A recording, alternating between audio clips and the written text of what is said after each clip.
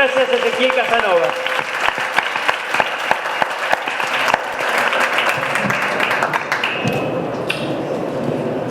Bueno, buenas noches. Gracias por venir.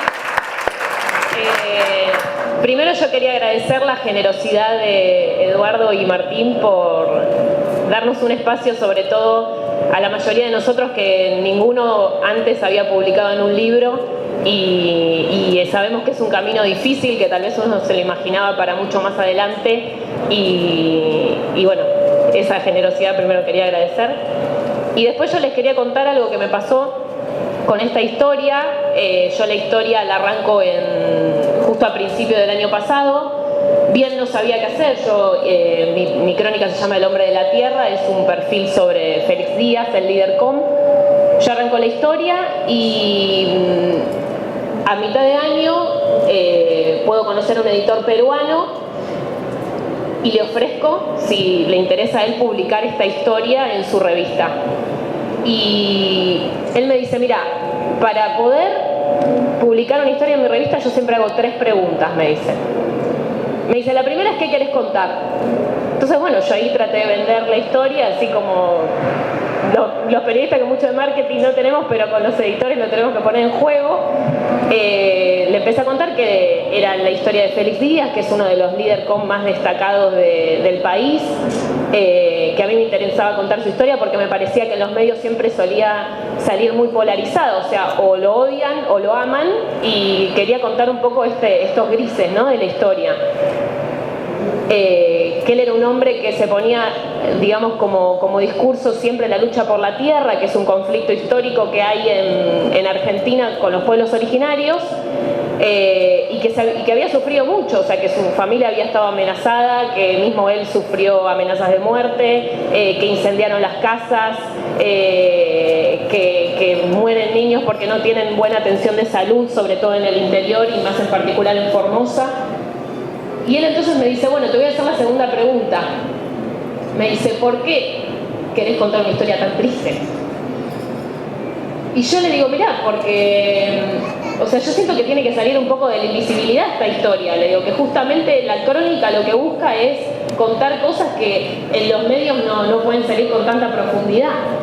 Y además a mí porque me llamaba mucho la atención en particular poder contar cómo un hombre que sale de un monte de golpe está dando una conferencia de prensa. O sea, me parecía algo muy... O sea, ¿cómo es el proceso de un líder? O sea, ¿cómo se construye un líder, no? Y en particular ese líder. Y me dice, bueno, entonces te voy a hacer la tercera pregunta. ¿Qué tiene que ver esto con vos?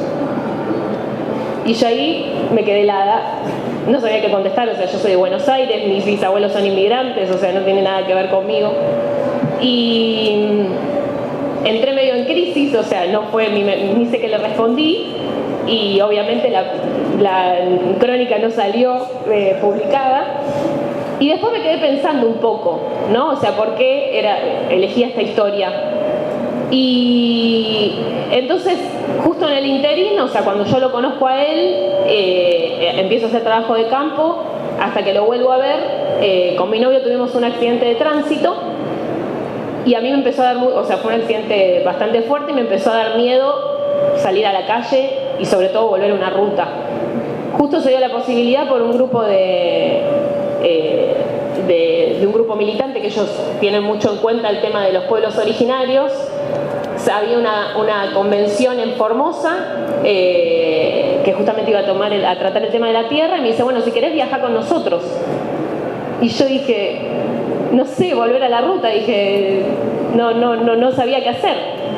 Entonces me puse a pensar y dije, bueno, si los pueblos, o sea, el ejemplo de lucha que tienen los pueblos originarios, que le queman sus casas y salen adelante, que le siguen robando las tierras y salen adelante, que, o sea, mueren sus hijos y siguen saliendo adelante, yo dije, bueno, lo que menos puedo hacer, calculo que es contar su historia.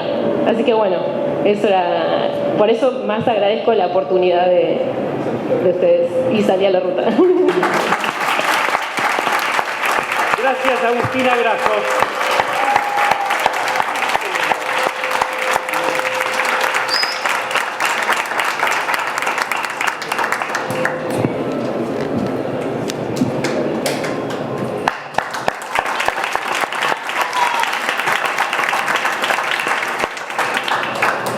Bueno, mi crónica es sobre dos villas de La Matanza, que se llaman Puerta de Hierro y